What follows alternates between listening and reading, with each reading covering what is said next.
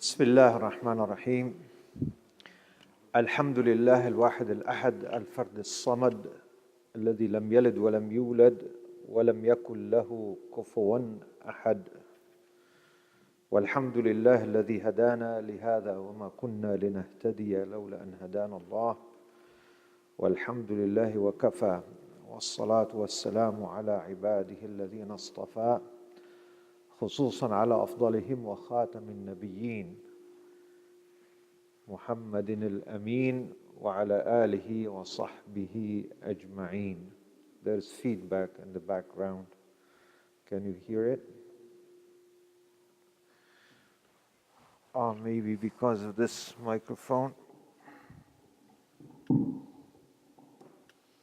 Let's try that. Yeah. ثم ما بعد، فقد قال تبارك وتعالى كما ورد في سورة التحريم بعد أعوذ بالله من الشيطان الرجيم: يا أيها الذين آمنوا قوا أنفسكم وأهليكم نارا وقودها الناس والحجارة عليها ملائكة غلاظ شداد لا يعصون الله ما أمرهم ويفعلون ما يؤمرون. صدق الله مولانا العظيم ومن أصدق من الله قيلا. رب اشرح لي صدري ويسر لي أمري واحلل عقدة من لساني يفقهوا قولي. Brothers and sisters, I'm sure we have sisters downstairs or in another room. I greet you. Assalaam alaikum wa rahmatullahi wa barakatuh. And it gives me a real pleasure to be here at Masjid Assalaam. I normally go to different masajid when I come to Canada, Toronto, Mississauga area. This is my first time here. I did go to the satellite Musalla, Masjid Assalaam in Niagara Falls a couple of days ago, and here I am in this masjid. May Allah bless you for coming.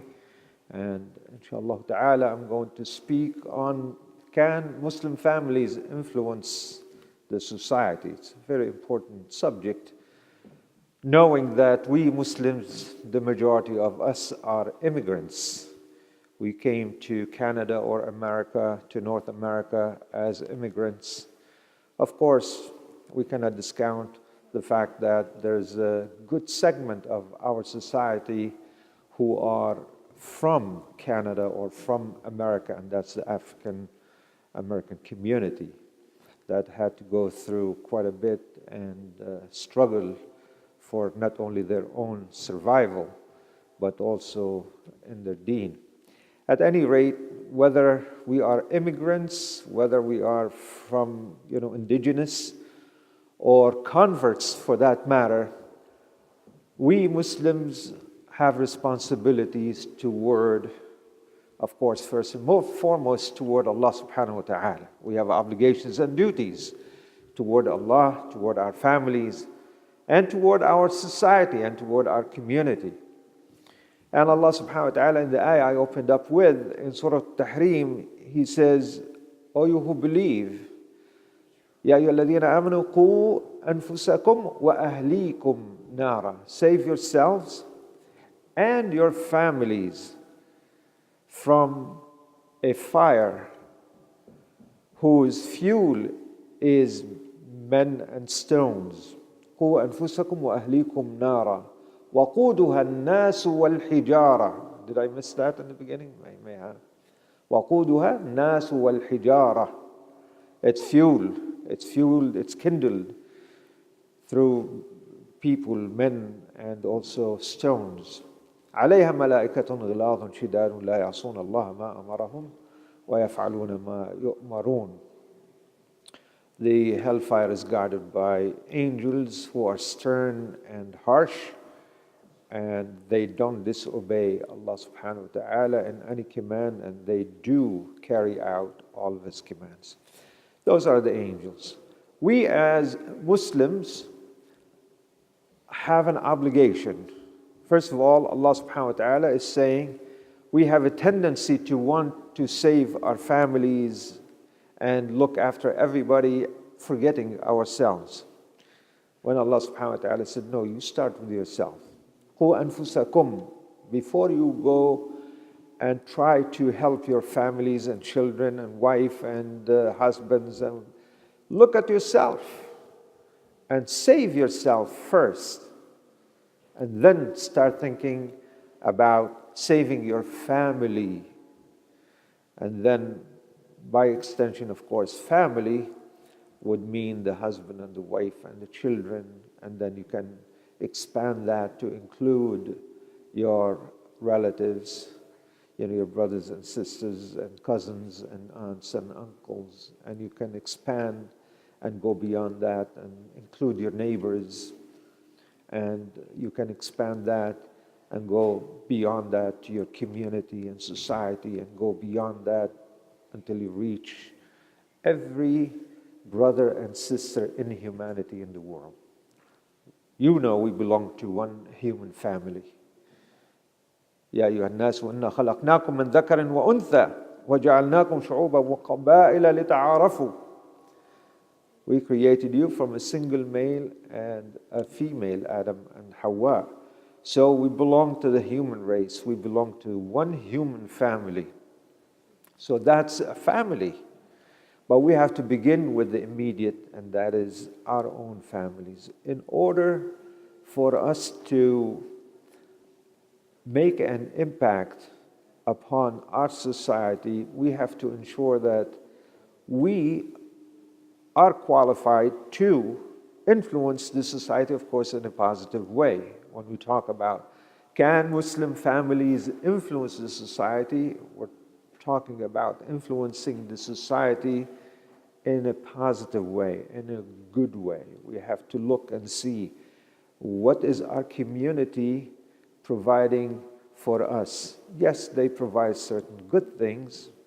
Alhamdulillah, this is a blessing from Allah. But at the same time, the community and the society have some things that are not good, are not compatible with our way of life, let's put it this way.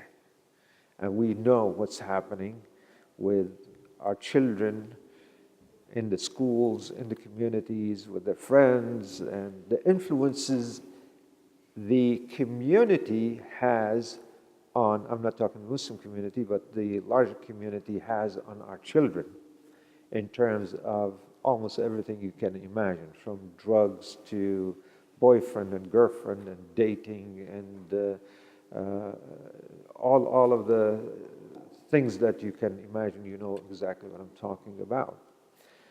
So we have to start in the family. And I recited before you from Surah Luqman a section about Luqman. This would be, I would say, our role model on how we raise children to save our children. Of course, we begin with ourselves, but I'm assuming if you are preaching to your child or to your children, you are a model, you are an example of what you are preaching. So I'm assuming that we, to begin with, are good conscious believers. يا أيها الذين آمنوا اتقوا الله حق تقاته ولا تموتن إلا وأنتم مسلمون. O believers, have taqwa of Allah as is His due, and die not except as a Muslim. So let's start from here. We need to look at ourselves. If I want to have an impact on my family and on my society, then I have to make sure that I am abiding by the Islamic way of life. I'm living Islam to the best of my ability. My earnings are from halal sources. My food is halal. I don't cheat. I don't lie. I don't defraud. That's what Islam requires. So if we want to make an impact, then I have to become the model, the example. And my children should see that. I should be a reflection to my children. So that, and you do want the best for your children, obviously. You want to save your children. You want your children to be the best, not only academically and, in the workforce, but also God-fearing children.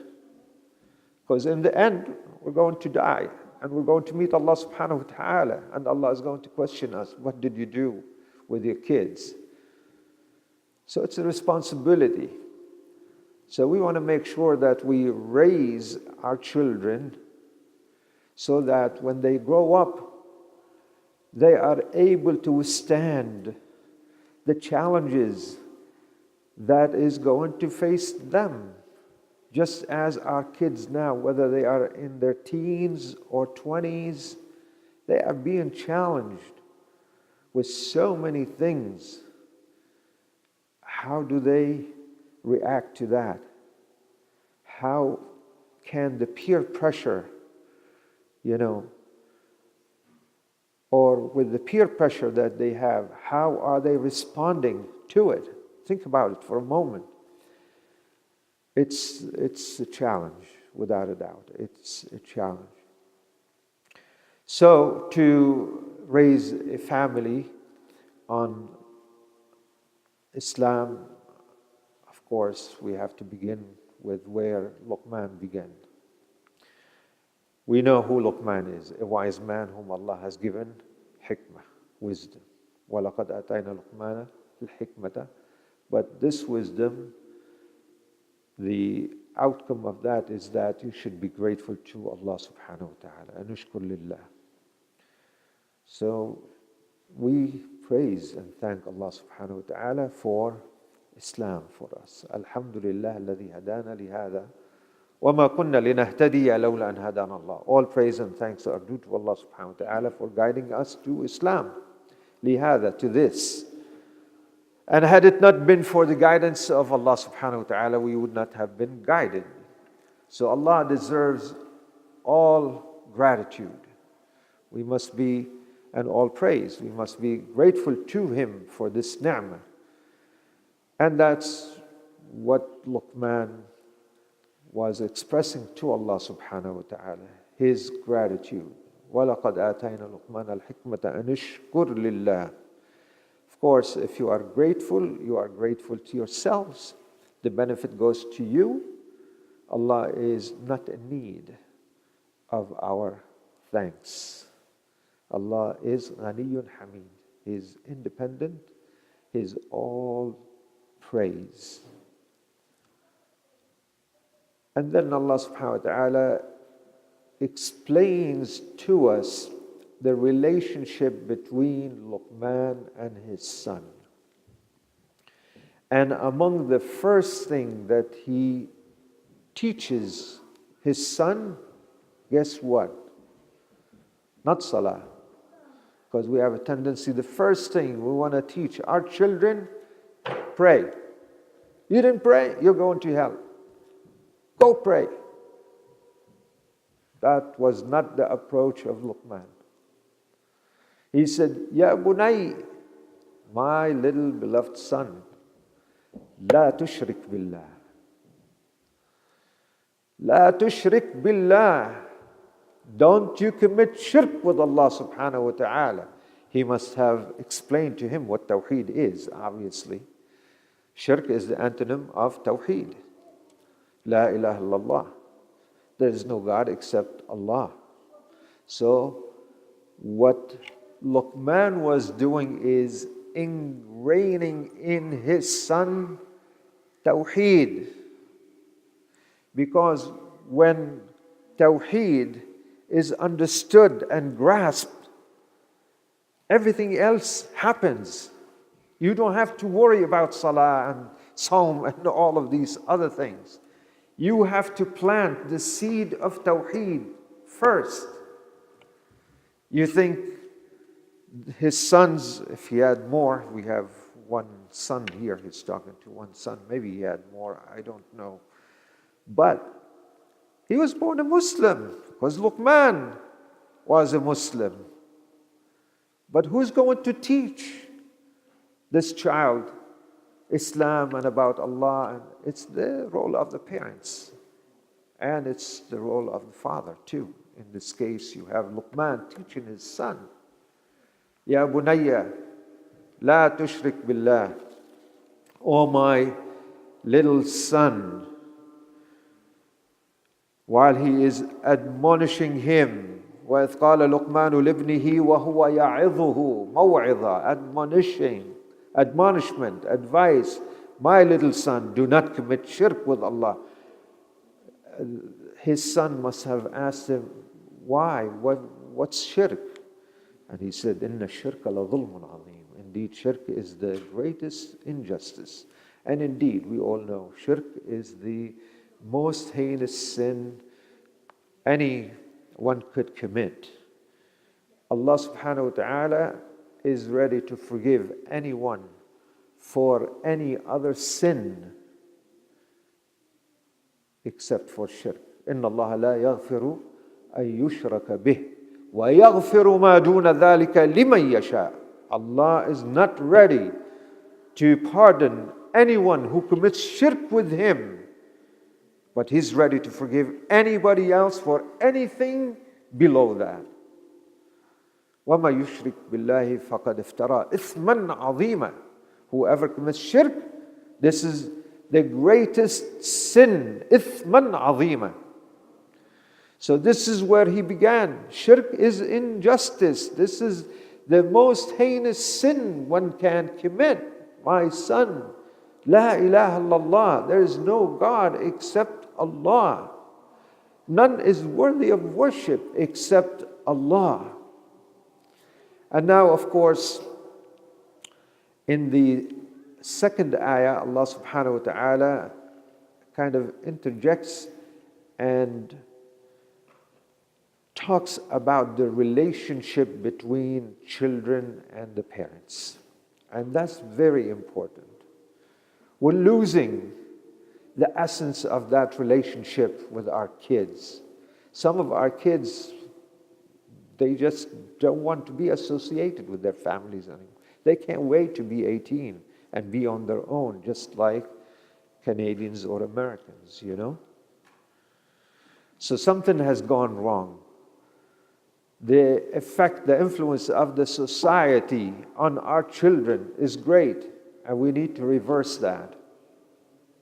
So Allah subhanahu wa ta'ala said, وَوَصَّيْنَا الْإِنسَانَ بِوَالِدَيْهِ.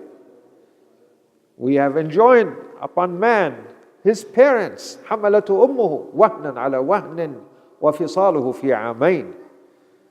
His mother carried him weakness upon weakness, and his weaning is in 2 years. So imagine the mother carrying the child, the baby, in her stomach for 9 months, carrying this weight in front of her. Throughout this period, she's enduring the pain of pregnancy. And then on top of that, the labor pain. We men don't understand, and we will never appreciate and understand how painful that is. But if you want to understand how painful that is, read in the Quran about Maryam alayhi salam when she was bearing her child, when she was delivering her child.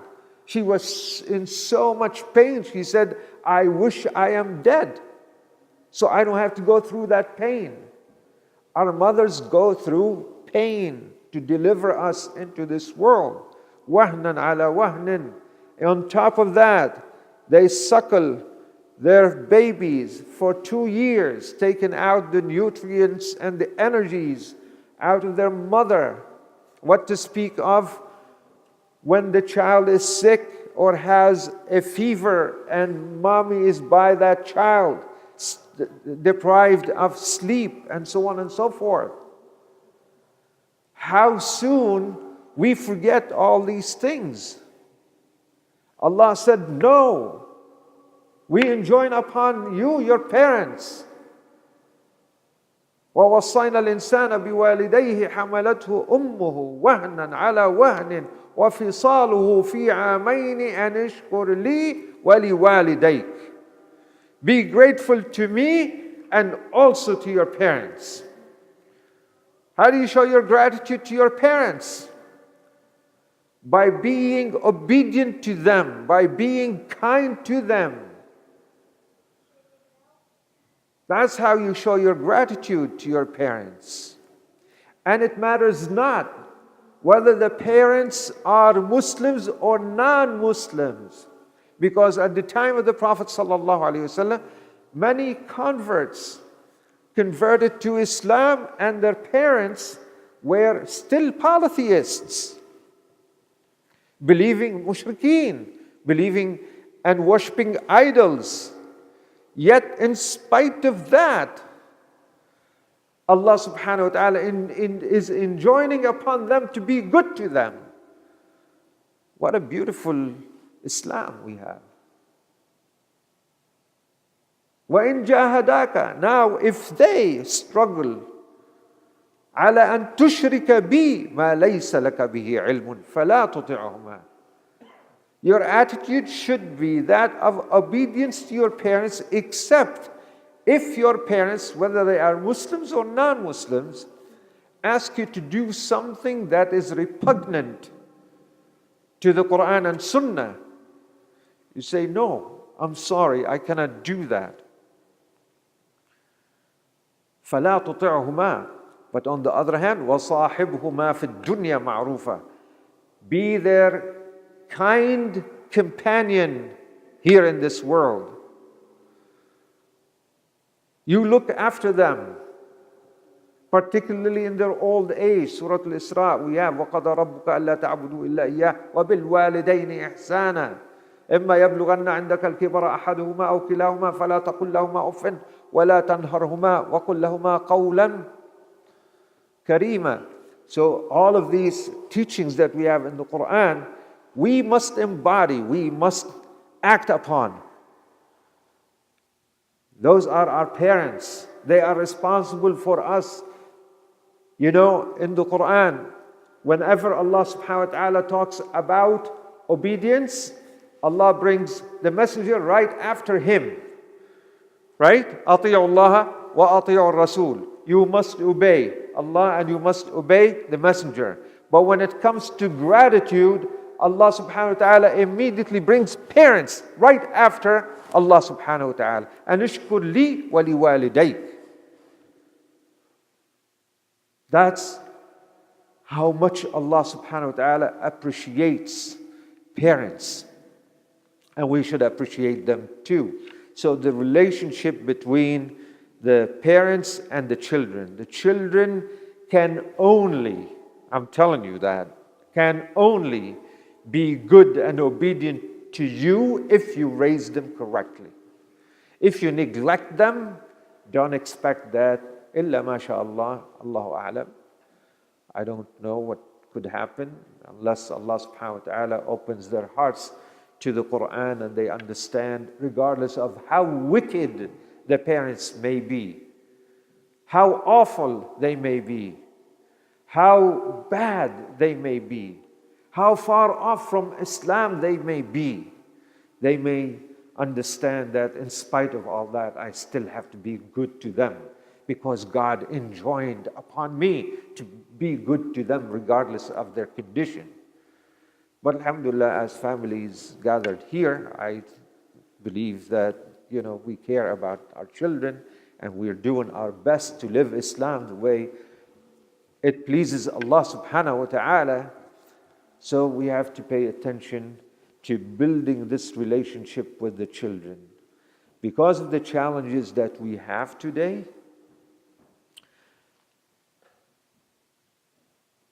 as Ali radiallahu anhu said, the 777 rule. Have you heard of that 777 rule? Anybody? No.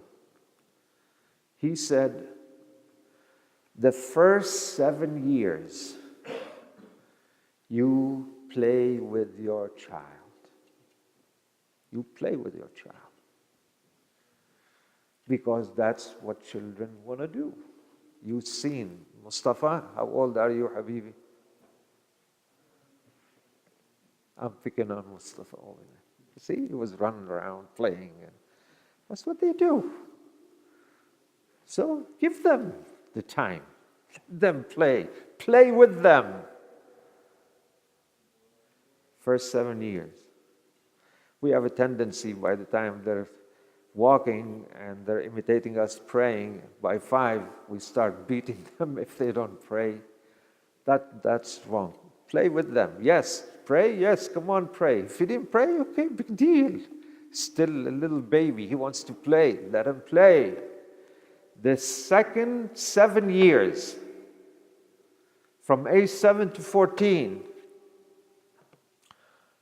Ali radiallahu anhu said, you teach your child. This is at the age, I think this is when they begin to, as a matter of fact, I can prove it to you from my grandkids. At a younger age now, they're more curious.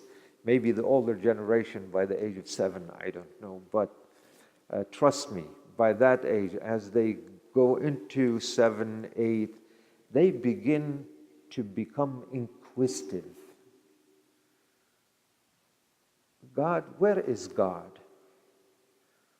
You know, they ask you questions. They're not shy to ask you, questions that will baffle you. You have to be ready to teach them. So from age 7 to age 14, you teach your children. And this is, as the Arabic saying goes, العلم في الصغر كالنقش على الحجر. Knowledge at a very young age is like engraving on stone. They will never forget it. It will remain with them forever. It's like engraving on stone. So this is your golden opportunity. You're busy. You don't have time with your children. Well, guess what? By the time he or she is 14, you lost them. You lost them to the dogs, to the society, the bad influence, the negative influence, the drugs and girls and drinking and all sorts of things. That's what the society has to offer. So you teach them. Now, those kids are smart. As you go through this process of teaching them, it is okay if you don't know the answer to any question that they may ask, to say, you know what? That's a very good question. Let's find out. And you research with him. It's okay. But, those of us who have come from the Middle East or maybe the Indo-Pax, subcontinent, I don't know about there, but I can talk about the Middle East, certainly where I came from. We are arrogant. We think we know everything, and we want to, even if we're wrong, we want to prove to them that we know, and we tell them, that's wrong. That's one thing, actually, I'll be blunt about it, we learned from the West. They're very humble. If you don't know, you don't know. You go and you find out. And then you present your findings, you share it with your child. So this relationship, from 7 to 14, what do? You teach your child. And I'm not talking about the secular education, the school. Yes, you sit down with him and you do math with them and science and projects. This is good. But we're talking about a different kind of education, Islamic education. The kid needs to know God. Ya Bunay. Ya Bunay is, by that age, Bunay is like telling a little kid, 7, 8, 10-year-old. So by that time, you're teaching him. La tushrik billah. Don't commit shirk with Allah. What is Tawheed? You have to explain what that. Who is God? Explain God. And, let's bring a good picture of God to the children so that they have a good image of God, not that of a monster. You know, most kids are rebelling because of what we taught them when they were kids. Oh, this is haram. You're going to hell. Oh, you don't pray. You're going to hell. It just happened recently with one of my grandchildren. And the Sunday school, my son is saying, you know, is this correct? I said, what? Her Sunday teacher, teaching them Quran, told them, if you don't pray, you're going to hell. The little girl was so afraid. She says, I want to pray, I want to pray, I want to pray. I was so upset. I said, you go and you tell that teacher. You never ever tell a child and you scare a child, because if they grow to fear God is good, but to teach your child to fear God at such an age as though he's a monster, he's not what he told us he is, in every surah, in the beginning of every surah, in so many ayat, Ar-Rahman, Ar-Rahim, Ghafoor, Rahim, Ar-Rahman, Ar-Rahim. How are they going to understand that Allah is merciful? Okay, you made a mistake. Allah is merciful. He will forgive you. Just don't do it again. So we have to reverse the way we are raising our children. We have to teach them how beautiful God is. If we achieve this, if we make this connection between our children and Allah subhanahu wa ta'ala based on love, I love God because God loves me. He gives me my parents food, everything, clothes, toys. You talk to your kids about Allah's attributes. Introduce Allah to them at such a young age, so when they grow, they know that I have, even if I'm alone, I have Allah with me as my companion. I'm not alone. So if you teach them at that age, the second 7 to 14. Now from 14 on until 21, the last 7, if you will, you befriend your child. You befriend, you become friends with him, just like real friends. And what do real friends do? They're open and frank with one another. They share secrets with one another. That's the difficult part. Can you befriend your child? Well, guess what? If you were that monster, you know, going after your children with the stick, I don't think your child want to be your friend when they reach the age of puberty. The very critical age. We want them to influence the society. We have to raise them in a way where they are capable to change the society and influence the society with Allah's help, inshallah ta'ala. So you befriend them.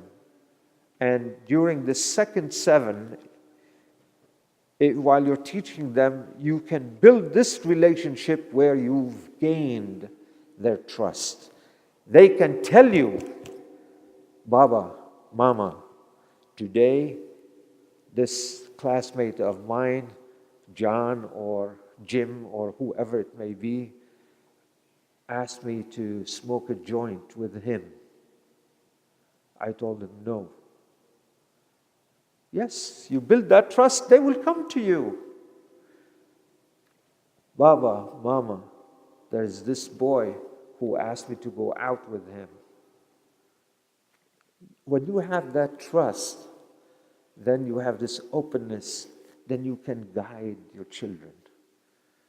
By that time, they already know what's right and what's wrong. Do this, don't do that.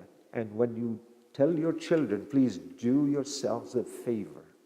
When you tell your children, don't do this, you better have a good explanation, because these kids are not dumb. They want to know why. They want to know why. It's just who we are. Don't tell me yes and no. Explain to me. You know, the kids grow up in school on critical thinking. I wasn't grown up like that. I grew up in a household which was typical, you know, in the Middle East, where if you are in a gathering, you shut up, you don't open your mouth, you don't speak, you be quiet, you know, you don't ask questions. Not our kids. They invite them. They're trained from when they are this little to ask questions. Critical thinking. And now you're going to say, you know, no, you're not allowed to do that in my home. You do what I tell you to do. I don't want to hear it. And you spank them and you do. What is the effect of that on the child? Is it any wonder we're losing our children? So we have to be very careful. And you know, once they're on their own, inshallah, by that time you marry your children and you know that you've raised good children, you don't have to worry about the next generation. Inshallah, they will take the mantle and move on and forward, and they will become an engineer and a doctor and whatever they want to become. And they, as a result of the way you and your wife or the spouses or the husband and wife raise the children, become an agent of change in the society to something good. We may be immigrants, you know, most of us are immigrants except those indigenous among us over here. Our children are not immigrants. They're the son of the soil. They speak their language. They understand the culture. So imagine the impact they can have on the society if we raise them properly. Takes time, but it must begin somewhere. So as you teach your child, let us find out what else Luqman taught his child. He taught him Tawheed. This is where he began. This is where we must begin. Tawheed, Allah, La ilaha illallah, Muhammad Rasulullah. Now, after that, Ya bunay, innaha in taku mithqala habbatin min khardalin, fatakun fi sakhratin, aw fi samawati, aw fil ardi, ya'ti biha Allah. Inna Allah latifun khabir. What a beautiful teaching. Oh, my beloved son, keep in mind, whatever deed you do, whatever you do in your life, as small as a mustard seed. How big is a mustard seed? It's so tiny. Even if you were to hide it behind a rock, or anywhere for that matter in the sky, or anywhere on earth, ya'ti biha Allah, Allah will bring it forth on the day of judgment. Inna Allah latifun khabir. Allah is kind, but He knows everything. He's aware of everything you are doing, my son. Don't think when I'm not with you and mommy is not with you and you are alone that you are not being watched. Allah is watching you. And on the day of judgment, He is going to bring it forth before you. And you will see it. What is He teaching His child? Iman bil akhirah. Iman, faith, in belief in the hereafter. Belief in God and belief in the hereafter. That's very important. That's extremely important. Because if he has the right ideas and concepts about God And he believes that yes, there has to be a day of judgment, and I'm going back to Allah subhanahu wa ta'ala. I believe in the hereafter. Then what do you think he would do? He would protect himself here in this world, lest Allah is angry with him on the day of judgment, because he knew, he was taught, even if there's a mustard seed, that small, hidden anywhere, Allah will bring it forth on the day of judgment. I don't want to be humiliated on the day of judgment in front of all the people about this shameful deed that I did here, no matter how small or how big it is. So that's it. Iman billah, Iman bil akhirah. Now, your child has strong faith. The faith, the statement he used to say when he was 1 year old, La ilaha illallah, in a funny way. You've recorded him on your phone, I don't know how many times, and you played it so many times. You know, you take joy and pride in saying these little statements when they are little, have taken root now in their hearts. And once they take root, all you need to do is just keep watering it, keep, nurturing it until it blossoms and it becomes, a strong tree. So you teach your child on, remember now, the aim is not to save yourselves and your family from the hellfire, but the aim is to fulfill other duties that Allah had assigned upon us, and that is to engage in the society and in the community. So Luqman taught us how to put that seed of Iman in the heart of our children. Now the next step. Now what did Luqman teach his child? Now the second 7 years, he's ready to pray. Well, okay. Ya bunay, oh my beloved little son, aqim as-salah. Now salah comes. Now that the child loves Allah subhanahu wa ta'ala, he wants to pray. He imitates his father. They pray together. They go to the masjid together. Aqim as-salah. Establish your prayers, my little son. 5 daily prayers. Wake him up at Fajr time. I know sometimes mothers have, oh, he's tired, he's young, he's sleeping, let him sleep. It's okay, wake him up.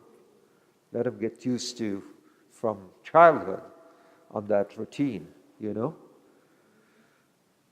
then, inshallah ta'ala, slowly but surely, he will start praying and praying regularly.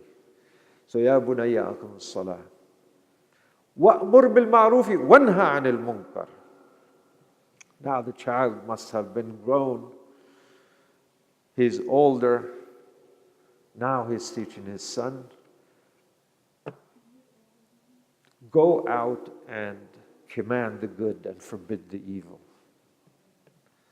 وَأْمُرْ بِالْمَعْرُوفِ وَانْهَ عَنِ الْمُنْكَرِ وَاصْبِرْ عَلَى مَا أَصَابَكَ إِنَّ ذَلِكَ مِنْ عَزْمِ الْأُمُورِ. Luqman is preparing his child not only for his own salvation, for the child's salvation, but to become a positive agent in the society, a change agent. Go promote the good. La ilaha illallah. These people are becoming atheists, don't believe in God. Go explain to them who Allah is. Wa'mur bil ma'roof. Promote the truth. Wanha 'anil munkar. You're going to see munkar out there. When you are part and parcel of the society, you're going to see good things, but you're going to see bad stuff too. And my son, it's your responsibility to correct the society. You have to go and change that. and we know how to change. Munkar. What did the Prophet teach us? Sallallahu alayhi wasallam.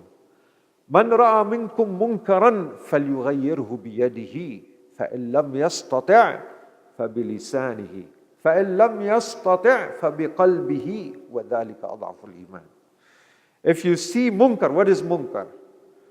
Something that by its very nature is bad, ugly, something that is detested, something that is abhorred, something that is disliked by people and by God. You change it. How do you change it? What, with your hand, by force. But by force is not the force that you may think or imagine. You know, the word yad, when it's used within the Quranic or Sunnatic context, it means authority. تبارك الذي بيده الملك وهو على كل شيء قدير. Blessed is he in whose hand is dominion, authority. So if you can change things through the proper legal channels, you do it. If you get enough people to vote on something that you don't like to become prohibited, you can do that. Do it. If you're unable to do that, then what's the next step? فَبِلِسَانِهِ, go out and speak out against that munkar. Same-sex marriage, drugs, all of these munkarat that is around you. You don't like it? Say something about it. Whatever the case may be. You can organize, alhamdulillah, you live in a country where they allow you. You have the freedom of assembly, freedom of speech. This is their democratic values that they cherish so much. Use it to your benefit. Use it to your benefit. You can organize a protest about anything that you see and you feel that is repugnant to the Islamic way of life. And if you are unable to speak out against that munkar, the Prophet said, فَبِقَلْبِهِ, then you must feel that whatever munkar that is bad in your heart. وَذَلِكَ أَضْعَفُ الْإِيمَانِ, that is the weakest of faith. That is the weakest of faith. But that weakest of faith, if it really bothers you, you know how many of you drive up and down the highways, for one among other highways or streets, and you see billboards, advertising, whatever, things that are against Islam, whether it is bars or drinking, or how do you feel? Or when you walk into, you know, a place where there is liquor, and how do you feel about that? I tell you how we feel. We're desensitized. It's like nothing. It doesn't even prick our hearts. وَذَلِكَ أَضْعَفُ الْإِيمَانِ. And another hadith, he says, وَمَنْ جَاهَدَهُمْ بِيَدِهِ فَهُوَ مُؤْمِنٌ. This is regarding munkar. If you struggle against them with force, authority, you are a mu'min. وَمَنْ جَاهَدَهُمْ بِلِسَانِهِ فَهُوَ مُؤْمِنٌ. If you struggle against them with your tongue, jihad, it's a form of jihad, to stand up for the truth and to speak out against all falsehood. It's a form of jihad, the Prophet said. He is a mu'min. وَمَنْ جَاهَدَهُمْ بِقَلْبِهِ فَهُوَ مُؤْمِنٌ. If you feel it in your heart, you still have iman in you. وَلَيْسَ وَرَاءَ ذَلِكَ مِنَ الْإِيمَانِ حَبَّةُ خَرْدَلٍ. After that, beyond that, if you don't feel it in your heart, you don't have even the size of a mustard seed of iman in your heart. Brothers and sisters, we're Muslims not just to worship Allah subhanahu wa ta'ala, pray and fast and do the rituals. That's not all. Allah had assigned responsibilities and duties upon us. كنتم خير أمة أخرجت للناس تأمرون بالمعروف وتنهون عن المنكر. You're the best ummah. You're the last ummah. أنا آخر الأنبياء وأنتم آخر الأمم.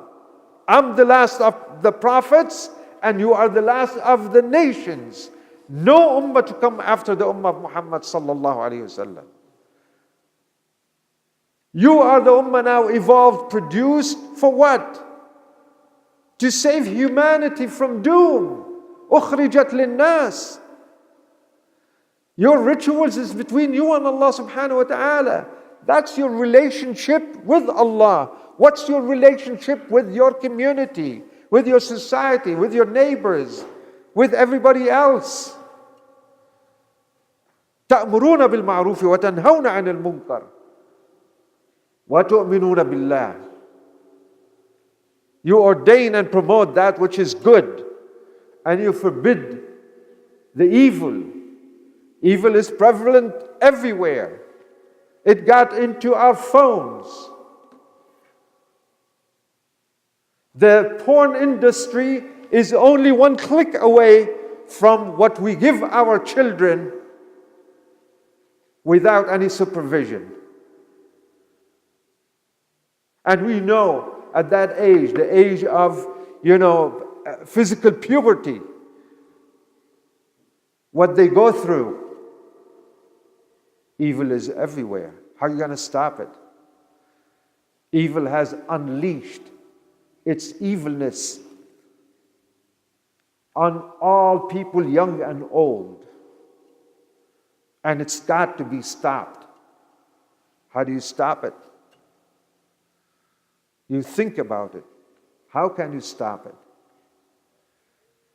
Nevertheless, it is our responsibility. We are held accountable before Allah subhanahu wa ta'ala. He will say, I sent you. I'm not talking about the indigenous ones. The indigenous ones, Allah will have a different question for them. But for those who immigrated and came from whatever country they came from to reside in Canada, in America, I brought you there for what? What did you do? Oh, I enjoyed capitalism. I made a lot of money. I enjoyed the luxury of the world. You know the story of the man in a town. The town was so evil. Evil was everywhere. And Allah ordered the angels, He says, go and destroy that town. That's it.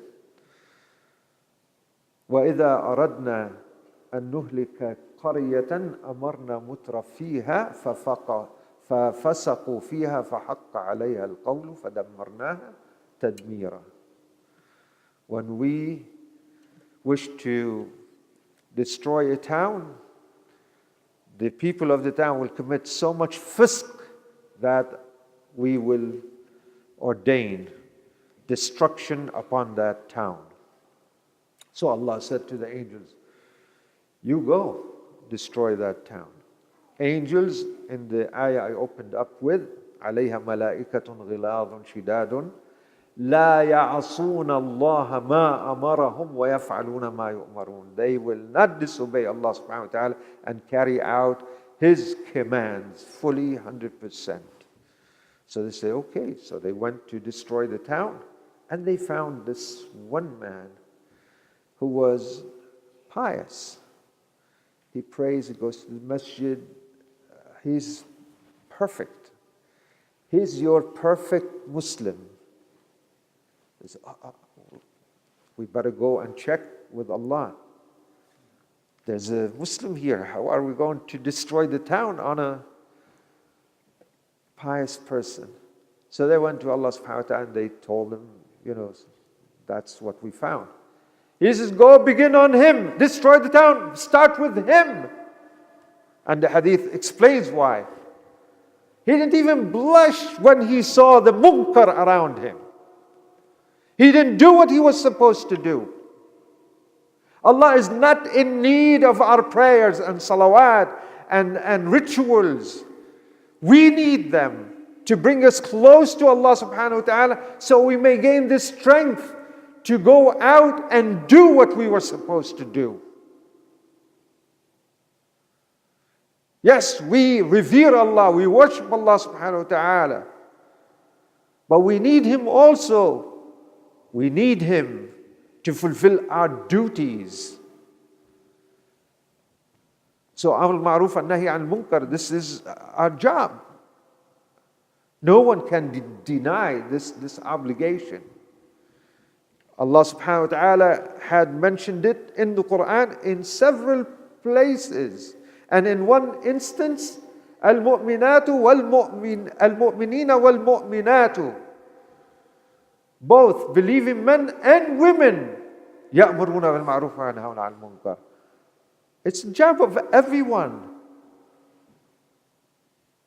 And Luqman is preparing his son. Start with prayers, because you need God. Go out. And now, just as Luqman, and this is a lesson we need to learn from Luqman as he is teaching his son, because we know truth is bitter, is a bitter pill to swallow. People are not going to like that. When people are doing wrong and you try to correct them, they don't like that. So what do you think the inevitable result? The inevitable result is you are going to be resented, probably beaten up. I don't know what else. Just imagine what was happening to the Prophet himself and the Sahaba, the companions, in the early years of Islam. They were persecuted like anything. You may face persecution too, because you're speaking the truth. Those who are agents to Satan and want to see evil spread even more are not going to remain silent. They're going to fight you. They're going to resent you. They're going to persecute you. So what do? Luqman told his son, "Wasbir ala ma asaba." Be patient to what befalls upon you. They're not going to like that, but do not retaliate. Because if you retaliate, now you're done. They have something against you. You could be thrown in jail. And that's it. You're done. Your mission is done. So you don't do that. You be patient.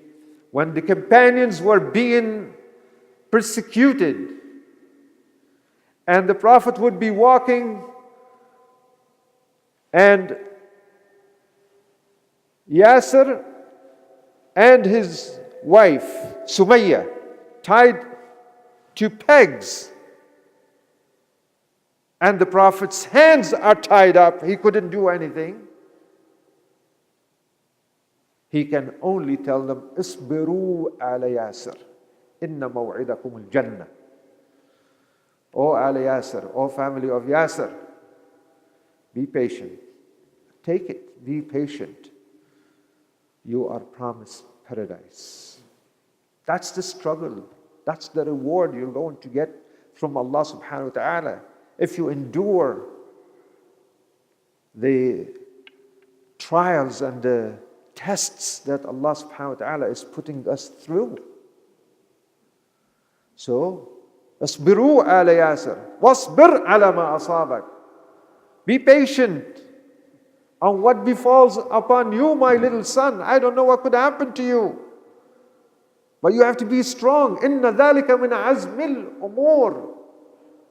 That is from the firm resolve. Inna dhalika min azmil umur. And then lastly, and I'll leave you with this,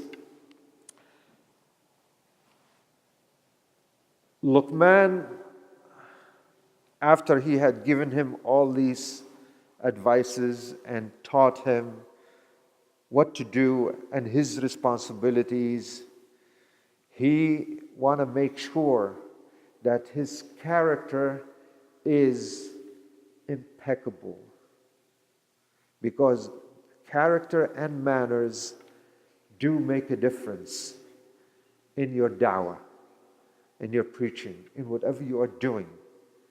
So he told, وَلَا تُصَعِّرْ خَدَّكَ لِلنَّاسِ وَلَا تَمْشِ فِي الْأَرْضِ مَرَحًا. Oh, my beloved son, don't turn your cheek like that and walk haughtily in the land. You know?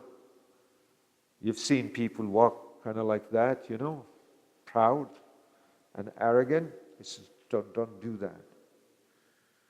وَلَا تُصَعِّرْ خَدَّكَ لِلنَّاسِ وَلَا تَمْشِ فِي الْأَرْضِ مَرَحًا إِنَّ اللَّهَ لَا يُحِبُّ كُلَّ مُخْتَالٍ فَخُورٍ. Allah does not love or like boastful individuals, arrogant people. Be humble. وَاقْصِدْ فِي مَشْيِكَ. Yes, you're approaching some munkar, and don't you go hastily, and don't you walk so slowly. You moderately, just normal, be normal. وَاقْصِدْ فِي مَشْيِكَ وَاغْضُضْ مِنْ صَوْتِكَ. Yes, what you see of the munkar, yes, you are outraged, but don't show your outrage by screaming. وَاغْضُضْ مِنْ صَوْتِكَ. Lower your voice. وَاغْضُضْ مِنْ صَوْتِكَ. So you have to speak moderately. So Luqman is teaching his son, وَاقْصِدْ فِي مَشْيِكَ. Walk moderately. وَاغْضُضْ مِنْ صَوْتِكَ. Lower your voice. إِنَّ أَنْكَرَ الْأَصْوَاتِ لَصَوْتُ الْحَمِيرِ. Because you know the braying of the donkey, how annoying it is. If some of you who have heard the braying of the donkey, it's the same thing. People who yell and shout, it's annoying. So you don't want to be annoying to the people by yelling and shouting and you're doing your job. You just calmly, you do your job, and that's it. And that's the character we need to adapt when we are engaged in the Amr Ma'ruf and Nahi Anil Munkar. It's important because we want to present a good picture to those, whom we are talking to. So they look at us and they, these people are respectful, respectable, educated. Let's listen to them as opposed to being belligerent. And so the character is very important. And the only way we can have a good character is to embody the Quran on ourselves. For example, this is your assignment, if you will. Go study the last ruku' of Surah Al-Furqan, Surah number 25. وعباد الرحمن الذين يمشون على الأرض هونا وإذا خاطبهم الجاهلون قالوا سلاما. All these, the first few ayat in that section describe the attitude and the character of the slaves of the most merciful Ibad al-Rahman. So among other ayat in the Quran. But if we adopt that personality and the khuluq, the manners and the character of the Quran, then we can most certainly make an impact in the society. Yes, can Muslim families influence the society? Yes, indeed, we can, in a good, positive way. So may Allah subhanahu wa ta'ala enable us to be among those who will be change agents, inshallah ta'ala, in the society and fulfill our duties solely for the pleasure of Allah subhanahu wa ta'ala, inshallah. Allahumma ameen. أقول قولي هذا وأستغفر الله لي ولكم ولسائر المسلمين والمسلمات فاستغفروه وصلى الله على محمد وعلى آله وصحبه أجمعين. جزاكم الله خيرا. May Allah bless you and thank you so much for coming and listening to me so patiently.